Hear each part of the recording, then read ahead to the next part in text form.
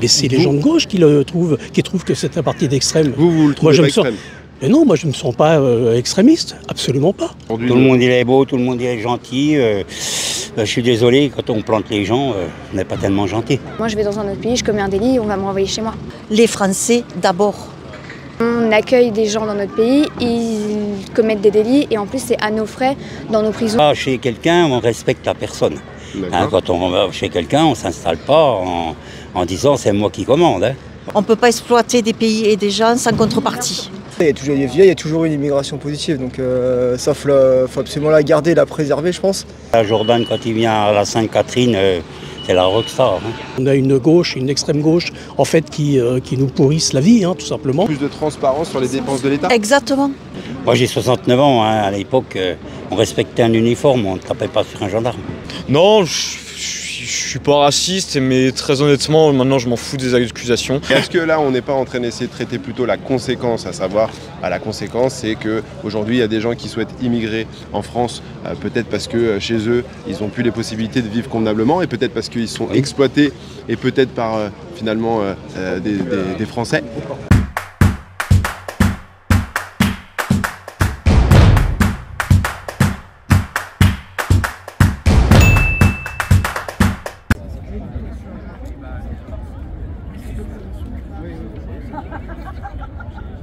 Salut la France, aujourd'hui on s'intéresse à la politique. On s'est rendu à la manifestation du Rassemblement National pour poser une question simple à ceux qui soutiennent ce camp politique. Sur une échelle de 0 à 10, quelle note ils donnent à leur parti? Et surtout, est-ce que celle-ci a évolué depuis la condamnation de Marine Le Pen devant la justice?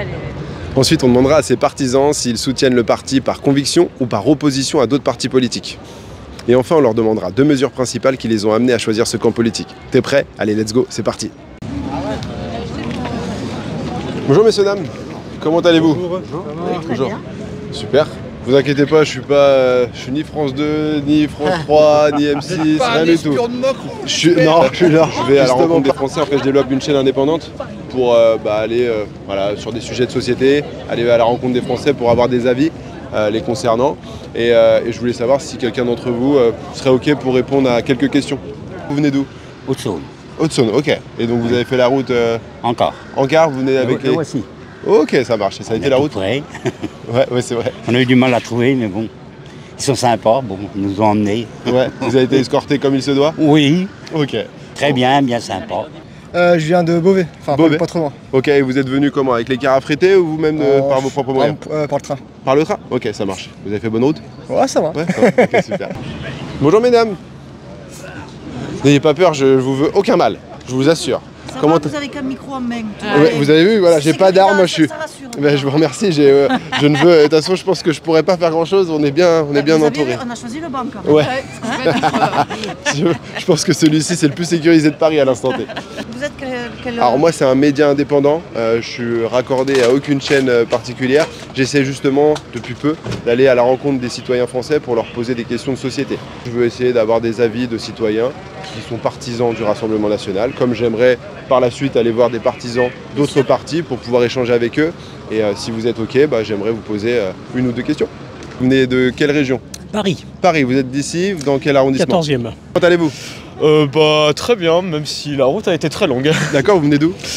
Du sud de la France, Nîmes. Ok, vous avez fait tout ce trajet en voiture, en train? En minibus.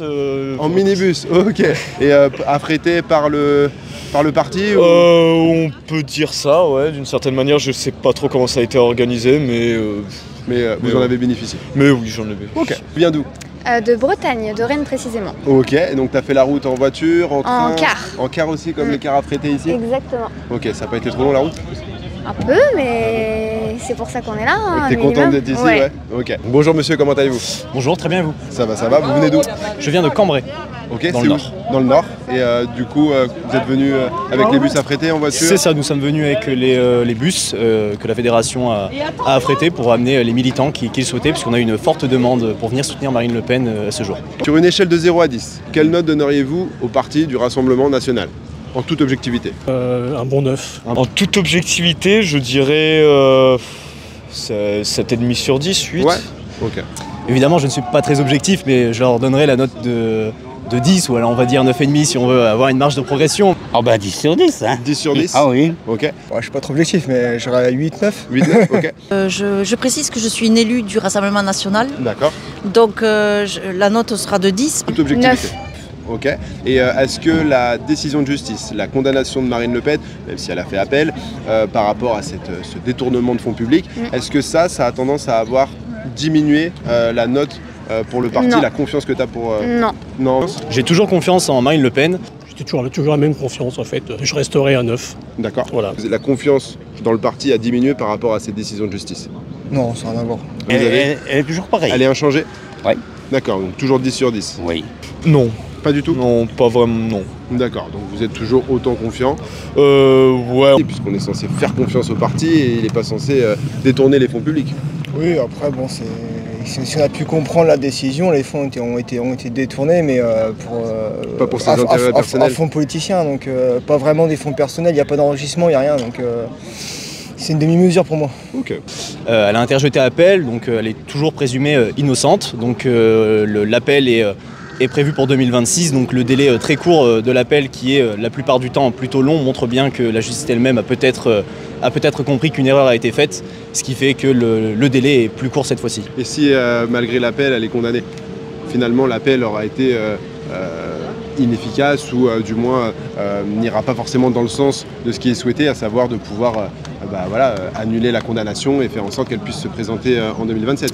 Nous pensons et nous savons qu'elle est innocente, donc on ne prend pas la possibilité qu'elle sera actuellement jugée coupable. Pour Ok. nous, elle est innocente et elle pourra se présenter en 2027. Et donc justement par rapport à cette décision de justice, est-ce que la confiance, parce que on peut, alors encore une fois, vous avez un profil particulier, mais on peut penser que ceux qui ont tendance à choisir le Rassemblement national, sachant qu'il y a une décision de condamnation de Marine Le Pen par rapport à soi-disant un détournement des fonds publics, alors je comprends bien qu'on n'est pas sur un détournement de fonds publics Personnel. personnel, mais pour son parti. Oui. En tout cas, il y a une condamnation et ça peut amener à ce que les citoyens aient moins confiance dans le parti. Et donc, ils pourraient avoir tendance à avoir, si on utilise un système de notation, une note moindre de celle qu'ils auraient donnée à l'origine. Alors, si je peux me permettre, Marine Le Pen est encore à ce jour présumée innocente, puisqu'elle a fait appel, donc il n'y a pas de condamnation. Deuxièmement, en toute objectivité, ce que la justice a fait pour M. Fillon, je suis contre. Mais ce qu'ils ont fait pour M. Sarkozy, je suis contre aussi, parce que ce ne sont pas des décisions de justice, ce sont des décisions politiques. C'est là la différence. Nous respectons la justice, parce que nous avons un profond respect des valeurs républicaines et de la justice. En l'occurrence, pour Marine Le Pen, c'est une décision qui est uniquement politique. Il y a 2 poids 2 mesures et là, vous sentez que c'est souhaité pour justement empêcher ce qui paraît être la suite logique, à savoir que Marine Le Pen devienne présidente. Mais ils ne s'en sont pas cachés. D'ailleurs, il y a une honnêteté de la part de nos magistrats. Ils ont dit on va tout faire pour que Madame Le Pen ne puisse pas être candidate aux prochaines présidentielles. Donc c'est très clair. Et ça, c'est pas juste en soi. Ça ne peut pas rentrer dans le cadre d'une procédure telle que celle-là. On ne peut pas tenir ce propos en tant que magistrat. Enfin, personnellement, je suis très choquée parce que ça remet un petit peu en question la démocratie et la justesse de notre justice. Mais je pense que c'est un parti actuellement qui rassemble, c'est un parti qui n'exclut personne, c'est un parti qui parle à la vraie France, qui parle à tout le monde, qui parle aux personnes aussi bien des classes plus populaires. C'est un parti qui, à mon sens, représente vraiment ce qu'est la France. D'accord. Et vous êtes partisan par conviction ou par opposition à d'autres partis politiques? Déjà, ça représente plus mes convictions, déjà. Moi, je vais sur un parti qui m'intéresse, s'il est contraire à mes opinions, ça va pas. D'accord, donc vous êtes plutôt dans, dans la conviction que l'opposition. Ouais. Et je suis d'une génération où on respectait un peu. Hein. D'accord. Il n'y a plus de respect maintenant. Par conviction ou par opposition à d'autres partis? Conviction. Conviction. Et quelles sont-elles? Est-ce que vous avez les mesures les plus importantes données et représentées par le parti qui sont les plus importantes pour vous et qui font que vous êtes aujourd'hui partisan? C'est surtout les valeurs qu'on représente le Rassemblement national, donc le côté patriote, le côté le côté voilà, tout pour la France, l'économie, même si on dit que le RN n'est pas trop économique, il y a quand même certaines mesures qui montent qui sont pour les Français et pour le pouvoir d'achat. On entend souvent de part des personnes qui votent pour d'autres partis politiques qui le font plus par opposition justement au Rassemblement national que par conviction. Pour vous, j'imagine en tant qu'élu que c'est par conviction? Alors, personnellement, bien sûr, c'est par conviction, mais on a remarqué qu'il y a eu un changement qui s'est fait depuis les dernières législatives. Aujourd'hui, les gens qui votent Rassemblement national, c'est par conviction. On ne peut pas dire l'inverse par le Front de gauche, ils sont amis un jour, ennemis le lendemain pour avoir des mandats. Nous, on a des mandats parce qu'on a des convictions, on a des valeurs et on aime la France. C'est la différence entre eux et nous. Vous estimez que ceux qui aujourd'hui votent pour le Rassemblement national, ce sont des personnes patriotes? Ce sont des patriotes. Depuis la décision de justice que nous trouvons non appropriée par rapport à l'exécution provisoire notamment, nous avons eu 20 000 adhésions. Donc ça prouve bien qu'aujourd'hui, les Français comprennent que le mouvement du Rassemblement national, c'est la seule alternative pour que la France retrouve son blason, quoi. Voilà. Et donc aujourd'hui, vous êtes partisan par conviction ou par opposition à d'autres partis politiques? Par opposition déjà. D'accord. On est d'accord, hein, je ne fais pas de... Pas de langue de bois. Tout à fait. Voilà, donc en fait, je suis partisan depuis longtemps. D'accord, mais par opposition? Non, pas réellement, non, pas réellement. Ah, par conviction alors également? Par conviction, un peu d'opposition, un peu de conviction? Ah, on va dire plus de conviction que d'autres. Ouais. D'accord, et donc les convictions, quelles sont-elles? C'est-à-dire? C'est-à-dire quelles sont les mesures que vous estimez les plus importantes proposées par le Rassemblement national qui font qu'aujourd'hui vous estimez que ça va relever le pays, ça va améliorer la situation aujourd'hui en France? Et aujourd'hui, est-ce que vous êtes partisan par conviction ou par opposition à d'autres partis politiques? Pour être tout à fait honnête, on peut dire que il y a une certaine conviction quand même, mais c'est aussi par opposition à tout ce qui est de l'ordre de la Macronie et de la gauche, quoi. Donc tout ce qui est la France insoumise, Parti socialiste et tout ce qui est Macron, Gabriel Attal, c'est en opposition aussi évidemment. Et opposition par rapport à quoi du coup?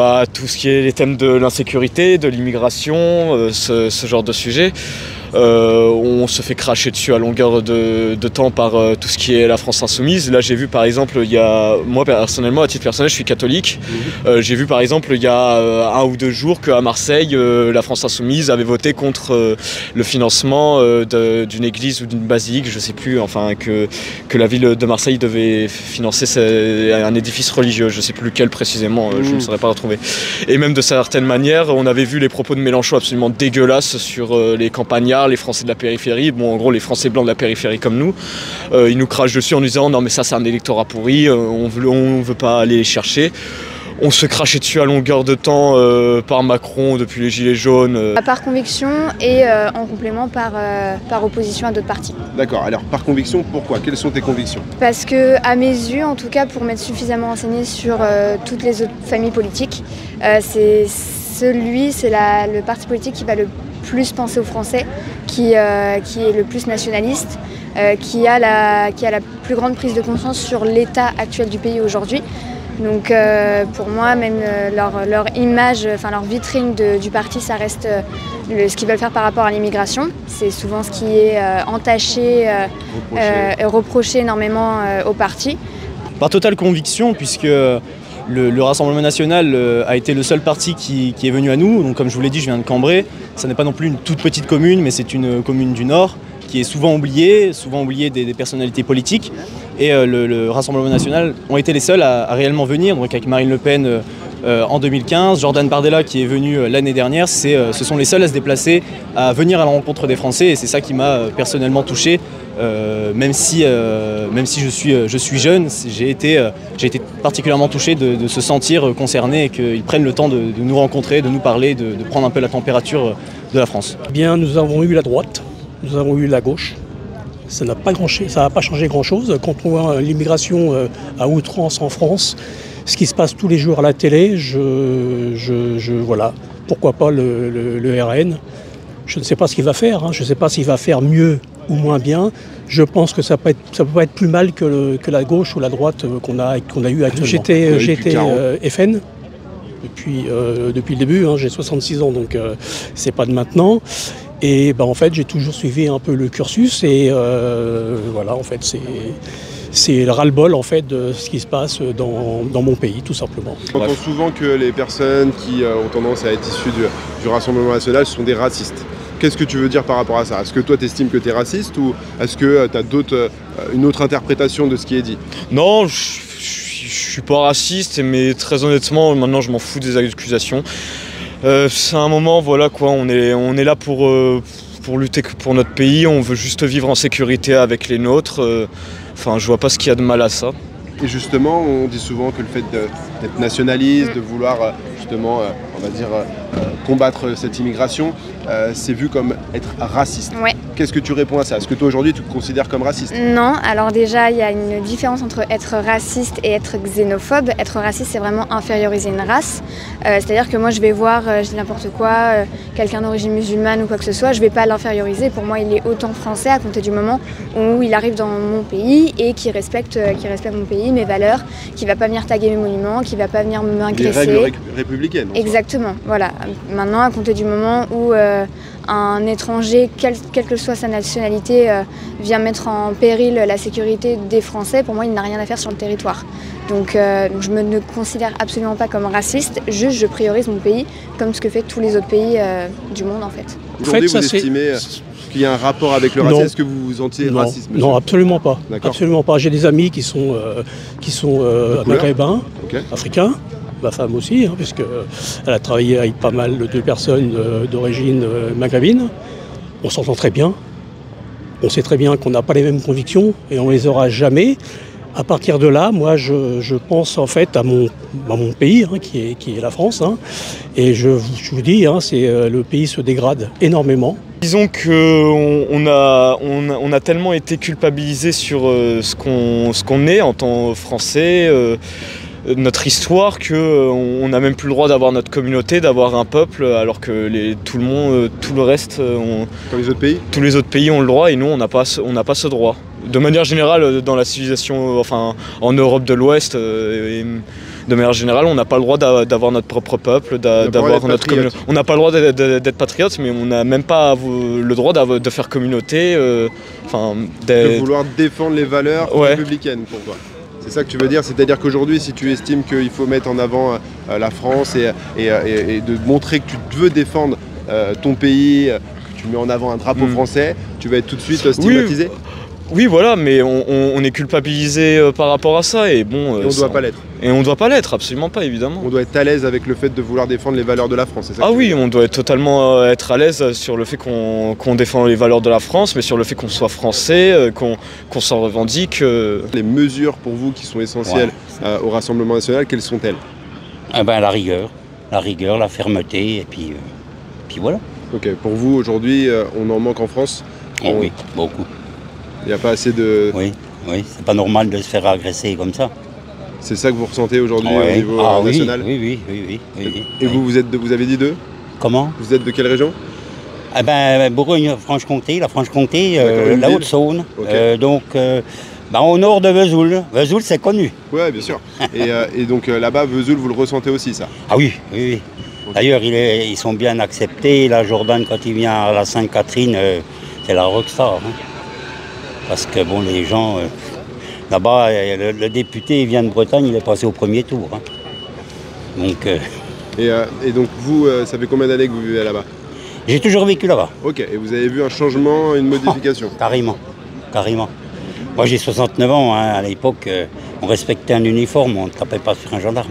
Mesures que qui vous semblent pour vous les plus importantes et qui font qu'aujourd'hui, vous votez pour le Rassemblement national, quelles sont-elles? Alors je suis là, on prend une cour là.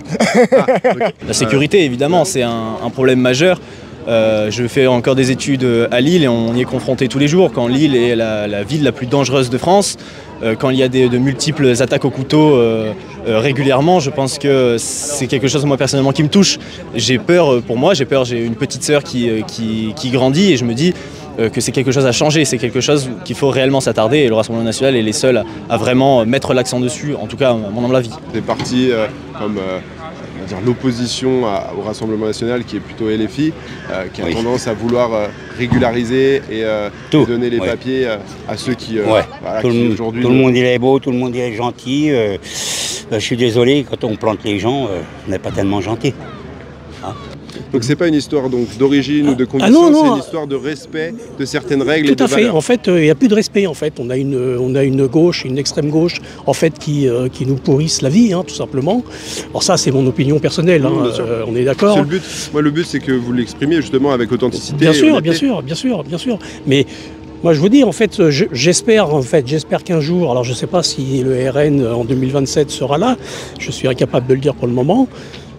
Si Marine Le Pen est éligible, donc forcément on aura... Le parti ne va pas disparaître parce non, non, pour moi c'est impossible. Si c'est Bardella demain, vous... ça sera M. Bardella. Hein. On est d'accord, ça ne change pas en soi en moi, ça changera rien l'existence du parti. Ouais. Okay. Et j'espère qu'ils remettront le pays en place. Je pense que c'est une tâche qui va être très dure. On se doute bien qu'en 2027, si c'est le RN... je pense qu'on aura des manifestations à outrance. Donc moi effectivement, quand je regarde tous les partis, moi je vais prioriser ce qui a un intérêt pour moi personnellement. Oui, vos intérêts personnels, voilà, c'est normal. Je ne vais pas voter pour un autre forcément, quand je vote c'est pour moi-même. Donc oui effectivement, tout ce qui est immigration irrégulière, surtout celle qui est liée à une délinquance. Il y en a qui est liée à l'économie, ça pose aucun problème, au contraire. Ça, je pense que c'est pas mal. Donc c'est important ça. Vous n'êtes pas forcément contre une immigration, si cette immigration apporte du plus à l'économie du pays. C'est ça, il y a toujours une immigration positive, donc ça, faut absolument la garder, la préserver, je pense. Ça apporte du plus-value et du cachet à la France.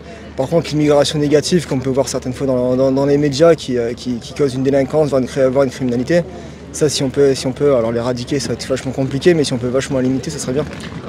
Et aujourd'hui, donc, si vous deviez nommer les 2 mesures que vous estimez les mesures principales qui font que vous estimez que le Rassemblement national est le parti qui va permettre à la France d'aller mieux dans les années à venir, ce seraient lesquelles?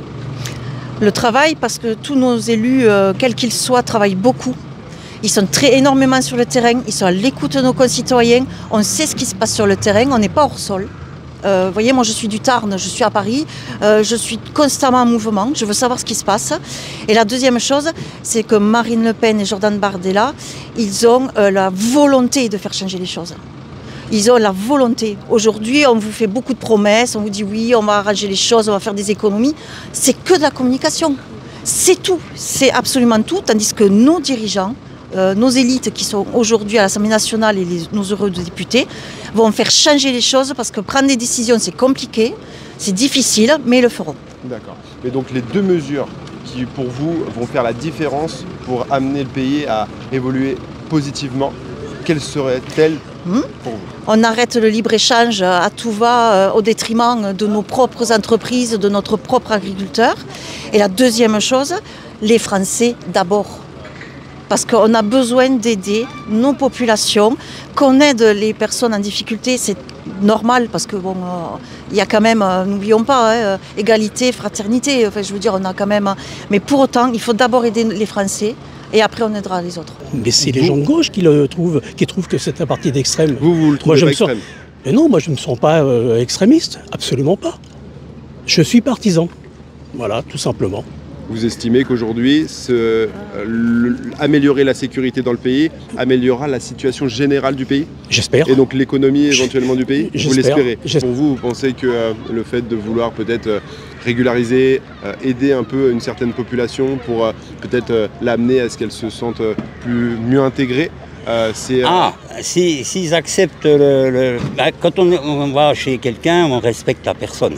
Hein, quand on va chez quelqu'un, on ne s'installe pas en disant c'est moi qui commande. Hein. Voilà. Et vous pensez que c'est ce que font ceux qui essayent de venir après, ils n'ont pas tendance à vouloir s'intégrer. Alors, s'ils ne veulent pas, ils s'en vont. C'est tout. Tu estimes qu'aujourd'hui, on a un souci avec ça, on ne filtre pas assez au niveau de l'immigration pour s'assurer que les profils qui souhaitent venir chez nous viennent avec de bonnes intentions? Oui, c'est ça. Je pense qu'aujourd'hui, on a la possibilité de mettre beaucoup plus de choses en place pour faire en sorte que la sécurité du pays soit de mieux en mieux. Maintenant, à partir du moment où, comme on peut le voir, quand on a des personnes en situation d'OQTF, donc en obligation de quitter le territoire français, d'origine principalement algérien, et qu'on souhaite les renvoyer chez eux, ce territoire-là n'en veut plus. Donc en fait, c'est à nos frais et je ne vois pas en quoi la France et les Français devraient avoir la double peine, c'est-à-dire on accueille des gens dans notre pays, ils commettent des délits et en plus c'est à nos frais dans nos prisons ou quoi que ce soit. Pour moi, c'est pas quelque chose que je cautionne et pour moi, il y a possibilité de mettre des choses en place. Le rétablissement des peines planchées, d'ailleurs, que propose le Rassemblement national, à compter pour les récidivistes. Pour les récidivistes et oui, pour moi, à compter du moment où... après, il y a OQTF et OQTF, c'est-à-dire que quelqu'un qui n'aura pas rendu ses papiers à jour, pour moi, ne sera pas un danger comme quelqu'un qui a tué des gens, qui a agressé. Donc pour moi, il y a largement la possibilité de renvoyer les gens dans leur pays. Parce que moi je vais dans un autre pays, je commets un délit, on va me renvoyer chez moi. Et tu estimes qu'aujourd'hui le fait de vouloir, par exemple comme LFI, régulariser les sans-papiers pour les amener, selon eux sûrement, à vouloir faire en sorte qu'ils s'intègrent davantage, de les mettre dans de meilleures conditions afin qu'ils puissent peut-être obtenir un travail, s'intégrer plus facilement dans le système. Tu estimes que c'est une mauvaise chose et que ça ne doit pas être fait dans ce sens? C'est une mauvaise chose parce que on sait que c'est à but électoral. C'est totalement à but électoral, c'est parce qu'ils veulent des votants en plus, parce qu'ils jouent sur la démographie. C'est ça. Et tu penses que ça, c'est un souci, que la France ne sera plus la France si on a tendance à régulariser et à continuer l'immigration comme elle est comme, on va dire, massive ou comme elle se fait oui, mais elle le sera plus si ça continue comme ça. Mais déjà, j'ai l'impression qu'on est déjà en voie de disparition. La France, il reste plus grand-chose. C'est assez triste à dire, mais il reste... déjà, on a... Moi j'étudie dans une ville, déjà, on se balade 10 minutes dans la rue, on traîne à côté des cafés. Symboliquement, j'ai vécu quelque chose de symboliquement très fort. J'ai voulu aller à une église dans Nîmes. C'est à côté de la gare, je ne sais pas si les gens y reconnaîtront. Il y a une église. J'ai voulu rentrer, c'était fermé. Et devant, il y avait 20 migrants. C'est tout un symbole fort, c'est tout un symbole fort. Je trouve, et même à chaque fois que je rentrais de soirée de Nîmes, je me faisais emmerder à chaque fois par des mecs qui venaient m'insulter et tout. Et on croise des fois des gens complètement... en décalage avec nos valeurs. Oui. Et est-ce que tu penses que ces délits qui sont causés par des personnes, donc éventuellement, parce qu'il n'y a pas que eux bien évidemment, mais issus de l'immigration, le LFI par exemple propose de régulariser les sans-papiers. Est-ce que tu penses que c'est peut-être dû au fait qu'ils n'ont pas les papiers, qu'ils ont du mal à trouver une activité professionnelle et de ce fait-là tendent vers de la délinquance? Est-ce que si on avait tendance à régulariser comme propose LFI, ce serait quelque chose qui pourrait améliorer la situation, ou toi, à l'inverse, tu penses que c'est pas la bonne façon de faire? Je pars pas du principe que c'est une idée totalement faussée. Je pense que ça peut apporter effectivement du bien au pays. Maintenant, pour moi, qu'un terroriste ou un islamiste, qu'on lui donne les papiers français ou pas, ça ne lui enlèvera pas de la tête qu'il va vouloir il va vouloir faire du mal entre guillemets au pays. Donc pour certains c'est très bien, je pense que c'est une très bonne façon de procéder, de régulariser les sans-papiers. Maintenant... Une autre mesure qui justement va dans ce sens pour que le pays aille mieux d'ici quelques années, si on imagine que le RN se retrouve à la tête du pays. Que vous dire? Je sais pas, ça peut être... Que vous dire? Vous parlez de sécurité, donc bon, j'imagine que derrière tout ça, il y a aussi en partie l'immigration, qui aujourd'hui peut-être en inadéquation avec comment vous estimez qu'elle doit être gérée. En fait, l'immigration en France, c'est qu'ils sont... En fait, ils vivent pas comme nous, en fait. Ils n'ont pas du tout la même politique que nous. Vous voyez ce que je veux dire? Donc les personnes qui nous rejoignent? Tout à fait, oui, bien sûr. Donc voilà. Donc il y a un décalage entre les personnes qui essaient de venir vivre en France et ceux qui sont actuellement... En fait, on parle en fait des OQTF, on parle des migrants. On ne parle pas des générations issues de l'immigration, qui elles aussi met à mal la France. D'accord. On a du mal à le dire, on a du mal à le dire. Quelques personnes le disent, moi je le dis, je m'en fous totalement en fait. Ce sont mes convictions à moi. Mais donc une personne en soi qui vient et qui n'a pas de papier, c'est une personne qui est venue en inégalité, dans l'illégalité sur le pays. Ouais. Ce qui veut dire que de prime abord, il n'a pas fait les choses de la bonne manière. Parce qu'effectivement, si on veut aller au Canada demain ou si on veut aller en Australie, il faut passer par des procédures administratives et on est validé ou non. Ouais. Est-ce qu'aujourd'hui, toi, tu estimerais qu'il faudrait procéder de la même manière Ouais. ou laisser faire et une fois que les gens sont sur le territoire, c'est là où on statue si on les régularise ou pas? Bah, pour le coup, l'idée de la France Insoumise là-dessus est plutôt bien. Maintenant, si je dois choisir entre guillemets entre une manière de faire entre par exemple le Canada ou cette mesure que propose la LFI, je choisis celle du Canada. Ça paraît beaucoup plus forcé, beaucoup plus radical. Mais aujourd'hui, on ne peut pas se permettre d'être encore aussi laxiste qu'on l'est aujourd'hui. Quand moi-même, en tant que Française et en tant que femme, jamais je sors de chez moi passer 21h parce que je sais que j'ai autant de chances de rentrer en vie chez moi que non. Rappelle-moi d'où tu viens? Rennes. Rennes, d'accord. Et tu sens qu'à Rennes, la sécurité, Ouais. c'est compliqué? Là, je me fais accoster tous les jours. J'ai eu la chance de ne pas me faire agresser, mais pour moi, c'est pas une phrase qu'on devrait dire.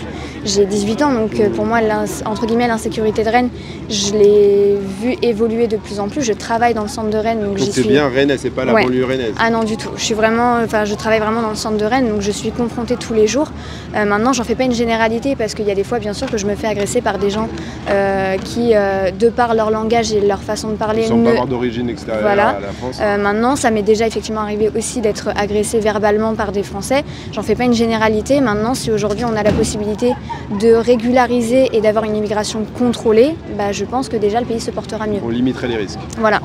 Mais est-ce que tu ne penses pas qu'il y a des gens qui finalement n'ont aucun rapport avec des origines, on va dire africaines, qui peuvent aussi se retrouver dans les rues et être agressifs et est-ce que tu penses qu'il y a vraiment un sentiment que c'est souvent des gens avec des origines justement différentes d'origine occidentale qui posent problème? C'est ce que tu ressens toi au quotidien quand tu te balades comme ça dans les rues de Nîmes? Bah, d'une certaine manière, ouais. Ouais. C'est, enfin, quand je me balade des fois dans les rues de ma ville, je sais plus Tu où je sens un suis. changement depuis quelques années? Oh bah, je le sens depuis mon enfance. Enfin, Qu'est-ce que vous voulez dire par là? C'est-à-dire que ceux qui sont ici depuis déjà des années, Ouais. Alors, c'est pas des années, hein. Attention. Attention. Faut pas tout mélanger. En fait, vous avez la première, deuxième, troisième génération qui sont venus pour travailler tout simplement et qui ne faisaient rien en fait, qui étaient là pour bosser, tout simplement faire vivre leur famille. Ensuite, après, ça s'est dégradé parce que la quatrième et cinquième génération, en fait, c'est pas possible, quoi. Je veux dire, c'est un moment ou un autre. donc les enfants, les petits-enfants. C'est ça, en fait, c'est le manque d'éducation qu'il y a eu, très certainement dû aux parents. Donc on élève un autre point là, c'est-à-dire qu'aujourd'hui Bah, il y a un souci, et non pas forcément que dû à l'immigration, mais aussi par rapport à l'éducation Tout à fait, oui. des parents. L'éducation font les enfants. Et donc là-dessus il faudrait revoir la Et, copie. ben, je crois qu'il y a beaucoup de choses à revoir. Je pense qu'il y a pas mal de choses à revoir. Mais ce que je veux dire, enfin bon. Si j'ai envie d'envoyer bouler les gens, je le ferai. Et vous avez bien raison. Bah oui. Non, l'idée c'est vraiment d'essayer d'avoir des avis les plus Oui. authentiques possibles de Voilà. ceux qui, par expérience, voient Voilà. des choses et ressentent certaines choses et acceptent de l'exprimer. Donc pour en revenir à ce qu'on se disait, aujourd'hui il y a peut-être aussi une question à se poser sur les conditions dans lesquelles nous vivons en France, à savoir est-ce que ceux qui essayent de venir s'installer dans notre pays sont reçus convenablement et est-ce qu'aujourd'hui l'économie du pays permet peut-être aussi de pouvoir mettre à l'aise ceux qui essayent de venir s'y installer. Alors, celui qui veut s'intégrer, bon, à la limite, c'est bien pour bosser, pour pas toucher les allocations, les trucs là. Ben, après, c'est sûr, il y a des Français qui préfèrent ne pas travailler. Donc, c'est un couteau à double tranchant. Moi, après, celui qui veut s'intégrer, ça ne me pose pas de problème s'il est musulman, s'il est noir ou truc comme ça. Vous avez C'est pas un une souci question avec la couleur de peau? Non, c'est une question d'intégration. Et donc quand on entend par exemple un autre parti comme le parti LFI qui a tendance à dire qu'il faut régulariser les sans-papiers, vous pensez que c'est une erreur? Oui et non. Parce qu'il y a toujours, parmi les sans-papiers, il y a une immigration économique où, moi je sais que je travaille dans le 93, il y a une partie qui se lève très tôt le matin pour venir travailler, malgré qu'ils sont sans-papiers, malgré tout ça, ils viennent Ils font leur travailler. maximum pour s'intégrer. C'est ça, malgré qu'ils sont venus de façon irrégulière parce qu'ils n'avaient peut-être pas les moyens, on ne sait pas, ils n'avaient peut-être pas les moyens de venir de façon régulière. Mais eux, ils font le nécessaire pour ne pas se faire remarquer pour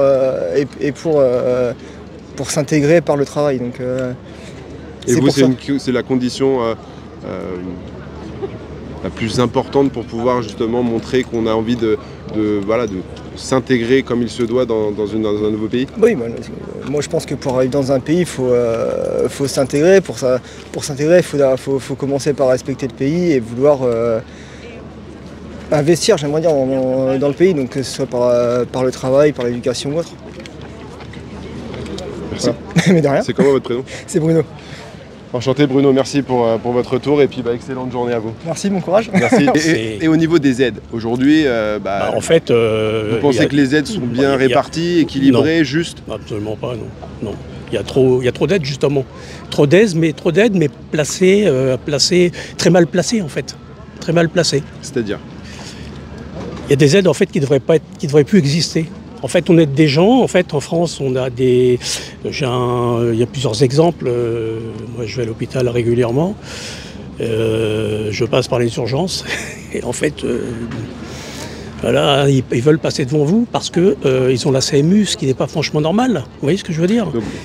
La France, ça devient en fait un pays d'assistés pour tous ces migrants. Alors, je ne parle pas des OQTF parce que je pense qu'eux, ils n'ont rien. Je parle en fait des migrants qui réclament énormément de choses à la France et que la France leur donne, ce qui n'est pas franchement normal, quoi. Donc, dans l'idée, on n'est pas juste vis-à-vis de l'aide, du soutien. C'est ça. Et on a tendance à privilégier des profils qui ne sont pas du coup français de souche ou de nationalité française. Et donc forcément... En gros, oui, c'est ça. Alors ça, c'est un débat qui est compliqué. Hein. On pourrait en parler pendant des heures, ce qui n'est pas le but. Non. Mais en fait, l'argent est mal réparti et elle n'est pas donnée toujours aux bonnes personnes. D'accord. Moi, je préfère qu'on aide... Il y a beaucoup de Français en France, malheureusement, qui ne peuvent pas payer de mutuelle, qui ne peuvent pas se payer des soins. Et en fait, non. Donc il faut revoir l'aide sociale. Je pense qu'il faut leur avoir à fond, quoi. Okay. Une dernière question et après monsieur je vous laisse profiter de la journée. Pour vous donc la mesure la plus importante que met en avant aujourd'hui le Rassemblement national, c'est celle de limiter l'immigration? Oui, il faut la limiter parce que bon, il arrive un moment, il y a un gros trou, on a beaucoup de déficits. Hein. Donc après... Et vous pensez que l'immigration crée un déficit pour la France? Quand ils ont déjà la CMU, nous, il n'y a pas droit. Un retraité, il n'y a pas droit, il faut qu'il paye plein pot. Hein. Ils ont la CMU, ils ont les logements sociaux, ils ont pas mal de choses. Après, voilà, si en contrepartie, ils produisent de la richesse, ok, pourquoi pas, ils ont les mêmes droits que nous à partir de là. Hein. C'est pas une question de dire, voilà. Mais après, il ne faut pas qu'ils viennent non plus en conquérant. D'accord, voilà. C'est intéressant. Donc pour toi, quelle est la mesure ou les deux mesures que tu estimes les essentielles et les plus importantes pour si le Rassemblement national est au pouvoir en 2027, qui permettront vraiment d'améliorer la situation dans le pays, que ce soit économique ou que ce soit en termes de sécurité? Alors la première évidemment c'est par rapport à l'immigration, donc rétablir l'ordre en passant par du coup la mise en place des peines planchers, renvoyer tous ceux qui typiquement sont dans nos prisons françaises, donc à nos frais économiques et qui sont un réel danger, c'est-à-dire qu'ils peuvent, je dis n'importe quoi, ils peuvent avoir fait un délit, commettre un crime ou si ce n'est plusieurs, et on va les relâcher dehors. Donc pour moi ces gens-là, entre guillemets, je sais que c'est beaucoup plus compliqué administrativement parlant, mais on les renvoie dans leur pays d'origine. Il y a pas, je ne vois pas où serait le problème. Et la deuxième mesure que je trouve très bien, c'est l'abaissement de la TVA à 5,5%. Notamment le gaz, le fuel, l'électricité. Donc pour moi, ça fait partie, c'est ce qui, comme il le dit si bien, c'est ce qui permet de redonner du pouvoir d'achat aux Français. Et aujourd'hui, moi je le vis aussi parce que je vis encore chez mes parents, mais je sais que je réfléchis à prendre mon appartement quand je vois le salaire que je gagne et les coûts que ça va engendrer d'avoir un appartement. Voilà, ne serait-ce que entre le loyer, les factures, ne serait-ce que vivre, pouvoir s'alimenter correctement. Je ne me vois pas partir de chez mes parents avant plusieurs années parce que je sais que j'en serais pas capable financièrement. Et le fait que notre président de la République nous dise qu'on est surendetté, qu'on nous demande de faire des efforts, d'accord, mais dans ce cas-là, nous n'allons pas donner 2 milliards d'euros à l'Ukraine, encore une fois, alors que c'est à nous toujours de serrer la ceinture, quoi. Pour moi, rendre le pouvoir d'achat aux Français serait quelque chose de majeur venant d'un milieu ouvrier. J'ai connu les fins de mois où on faisait ce qu'on appelait un déjeuner, donc le soir on mangeait ce qui restait dans les placards. J'ai connu ma mère qui avait peur de ne pas pouvoir subvenir aux besoins de ma sœur et moi. Donc je pense que réserver les aides sociales aux Français qui travaillent serait pour moi une mesure majeure à mettre en place. Ok, ça marche. Eh ben, écoutez, merci. Merci à vous, monsieur. Comment votre prénom? Théo. La mesure la plus importante? Ah bah la fin de l'immigration de masse. D'accord. C'est ça, c'est pour ça qu'on C'est le remède à nos problèmes. Bah, d'une certaine manière, d'une bonne partie de nos problèmes, oui. Ouais. C'est vraiment ça. En tant que jeune, en tout cas, c'est comme ça que je le ressens et c'est comme ça aussi que beaucoup de mes connaissances le ressentent. En tout cas, j'ai l'impression. Après, voilà. Oui, on peut avoir totalement... Il y en a, ils pensent pas pareil que moi et ça, je Et respecte. tu respectes ça? Ah oui, oui, oui. Ça, après... Mais voilà. Tu as le droit d'avoir tes convictions. Oh oui, merci. Écoute, c'est comment ton prénom? Envel, c'est breton. Si demain on était dans la situation de l'Ukraine et qu'on avait des bombes qui tombaient sur Paris ou sur Rennes, on serait peut-être contente que d'autres pays nous envoient de l'argent pour se protéger. Donc, je suis d'accord, mais typiquement l'Ukraine, dans la situation qu'ils sont, pour nous, même, c'est mon avis personnel, mais on s'en mêle de trop. C'est-à-dire qu'on a une menace, on a un nuage noir qu'on a constamment au-dessus de notre tête, dans le sens où, à force de prendre énormément parti, je leur envoie tout mon soutien et c'est absolument abominable ce qu'ils vivent et je leur souhaite tout mon soutien. Maintenant, ce que je trouve dommage, c'est qu'en fait, ça vient mettre en péril la sécurité de notre pays, parce que quand on voit les menaces que peut proférer Vladimir Poutine à l'encontre du président de la République, ouais, on ne se sent pas vraiment en sécurité parce qu'à force de prendre beaucoup plus parti, je pense qu'on devrait avoir un sentiment de plus de neutralité par rapport à ce qui se passe. Leur apporter notre soutien, pas prendre parti, mais là c'est clairement l'inverse et c'est en train de jouer sur l'avenir de la France. Mais est-ce que la conséquence de l'immigration n'est pas une conséquence d'une cause qui est le fait d'aller exploiter certains pays d'Afrique et de corrompre certains pays d'Afrique et de ce fait-là d'amener des gens à ne plus pouvoir vivre convenablement chez eux et de les amener à vouloir essayer de pouvoir vivre différemment ailleurs? Je pense que la bonne question, c'est où va tout l'argent que l'on donne à ces pays? Où va cet argent? Parce qu'on donne de l'argent, que ce soit à l'Europe, que ce soit de façon au niveau national. Où va cet argent? On ne voit rien se passer. On ne voit pas d'infrastructures, on ne voit pas d'hôpitaux, on ne voit pas d'écoles. Je me permets de vous couper, donc plus de transparence sur les dépenses de l'État? Exactement, exactement. Parce qu'on n'a pas l'impression que ça profite aux populations. Et à juste titre, je suis d'accord avec certains de vos propos. On a l'impression que toutes ces populations qui sont en souffrance, on est tous conscients, ne bénéficient pas de toute cette aide qui sont apportées à ces pays. Et c'est là où le bas blesse peut-être. Ou même de peut-être laisser les pays se débrouiller seuls sans d'avoir forcément une influence et quelle que soit une gestion depuis chez nous, chez eux, et finalement les laisser se débrouiller pour qu'ils puissent améliorer leur situation économique sans qu'ils aient besoin, peut-être parce qu'on exploite leurs ressources, parce qu'on les exploite peut-être éventuellement chez eux. En tout cas, c'est ce que certains disent. Et de ce fait-là, ça les amène à vouloir changer de conditions de vie et de penser que chez nous, ils vont y retrouver les conditions... J'entends ce que vous dites, mais ce sont des pays qui sont vraiment en très grande difficulté, qui ont une très forte démographie. Et je pense qu'ils ont quand même besoin de soutien des pays, notamment de la France et de l'Europe. Pour autant, il faut garder toujours un équilibre. Je suis bien d'accord avec vous, on ne peut pas exploiter des pays et des gens sans contrepartie. Et c'est ce qui se passe peut-être aujourd'hui. Je ne peux pas vous dire ça de façon sûre et définitive. Je ne suis pas en compétence pour, donc je ne peux pas trop m'avancer sur de tels propos. D'accord. En tout cas, merci pour votre transparence et vos propos, parce que c'était très clair. C'est comment votre prénom? Virginie. Virginie, enchantée Virginie. Merci. Moi, pensez-vous au niveau de la transparence des dépenses de l'État? Est-ce que vous pensez qu'il y a quelque chose qui devrait être mis en place? C'est une grande magouille. Aujourd'hui, on est sûr de rien sur comment est utilisé notre argent au niveau de l'État. Personne ne le sait en fait. Et est-ce que le Rassemblement national ou est-ce qu'un parti aujourd'hui propose une transparence vis-à-vis des dépenses nationales? C'est ce qu'ils disent. C'est ce qu'ils disent. C'est ce qu'ils disent. Maintenant, s'ils sont élus en 2027, on verra en 2028, 2029, 2030. Vous voyez ce que je veux dire? On verra ce qu'ils ont fait ou ce qu'ils vont faire. Leur bilan, bien sûr. Pour le moment, on peut pas en parler parce que de toute manière, on peut pas juger effectivement ce qui n'est pas fait. Ils n'ont jamais été au pouvoir, donc. Donc pour vous, en conclusion, faut leur donner leur chance. Tout à fait. Et on voit après. Et après, on verra. Ça marche. C'est comment votre prénom? Serge. Serge, enchanté. Moi, c'est le chauve. Conseil que tu aurais tendance à donner à la jeunesse? De ne pas avoir peur, parce que si c'est pas nous qui faisons le nécessaire, la France est déjà morte, quoi. Donc À un moment donné, on a une chance incroyable dans notre pays d'avoir le droit de vote, on est en démocratie.